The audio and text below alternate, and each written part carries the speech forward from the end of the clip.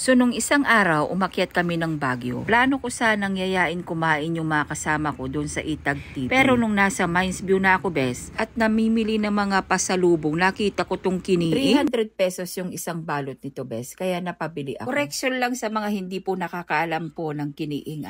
Ang kiniing po ay yung pinausukan po ng matagal. Samantalang ang Itag na tinatawag, yung po yung pinaarawan ng matagal sa araw. Yung po yung sinasabi nilang inuuod. Iba naman po ito, mga bes.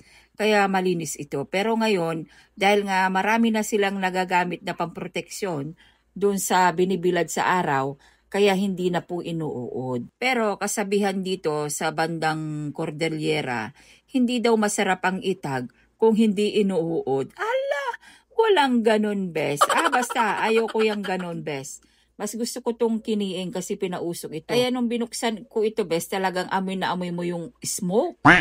Amoy na amoy mo yung parang sigarilyo. Ganun ba yung amoy niya, bes? Kung napansin nyo kanina, ang ginawa ko, nilaga ko muna siya. Tapos siniwa-hiwa ko lang ng maliliit na parang ganyan. Kung mapapansin nyo, para siyang nagkukulay pink, no, mga bes. Pero pag nag-smoke ka ng ganito, hindi siya nagiging kulay pink. Kula ko dito baka nilagyan ito ng curing salt. Ang curing salt kasi, yun yung ginagamit para tumagal yung mga meat. Para hindi siya agad mangamoy or masira. Lagyan mo ng curing salt. Yung mga ginagamit sa tocino, ginagamit sa longganisa, ganun. Kaya siguro nagpiping ito, mga bes. So, ang ginawa ko dito ay nanggisa lang ako ng bawang sibuyas, kamatis. Hinalo-halo ko lang na parang ganyan.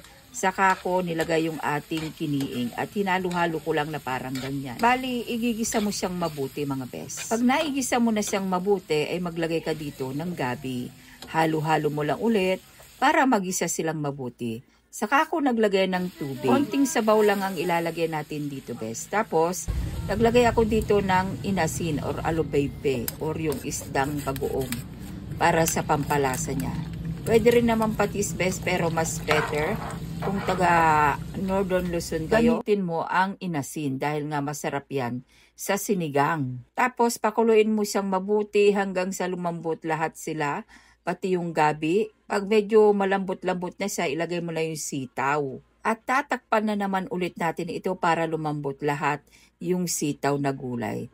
Saka na natin ilagay yung ating sampalok. Mas masarap kung sampalok, bes, na natural. Para walang masyadong chemical.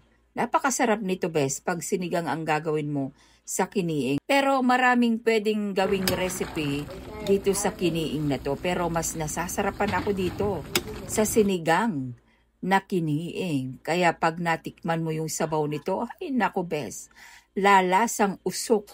Basta masarap yung sabaw niya, bes. Kaya heto, nagugutom na daw si Mother Earth. Kaya nauna na naman siyang kumain. Sabi niya, okay, ma-shoot. Wow! Wow, ang sarap ng asim, okay? nasarapan si Mother Earth. So ayun lang, bes. Sure ko lang. Ingat. God bless. Bye! Okay, ayos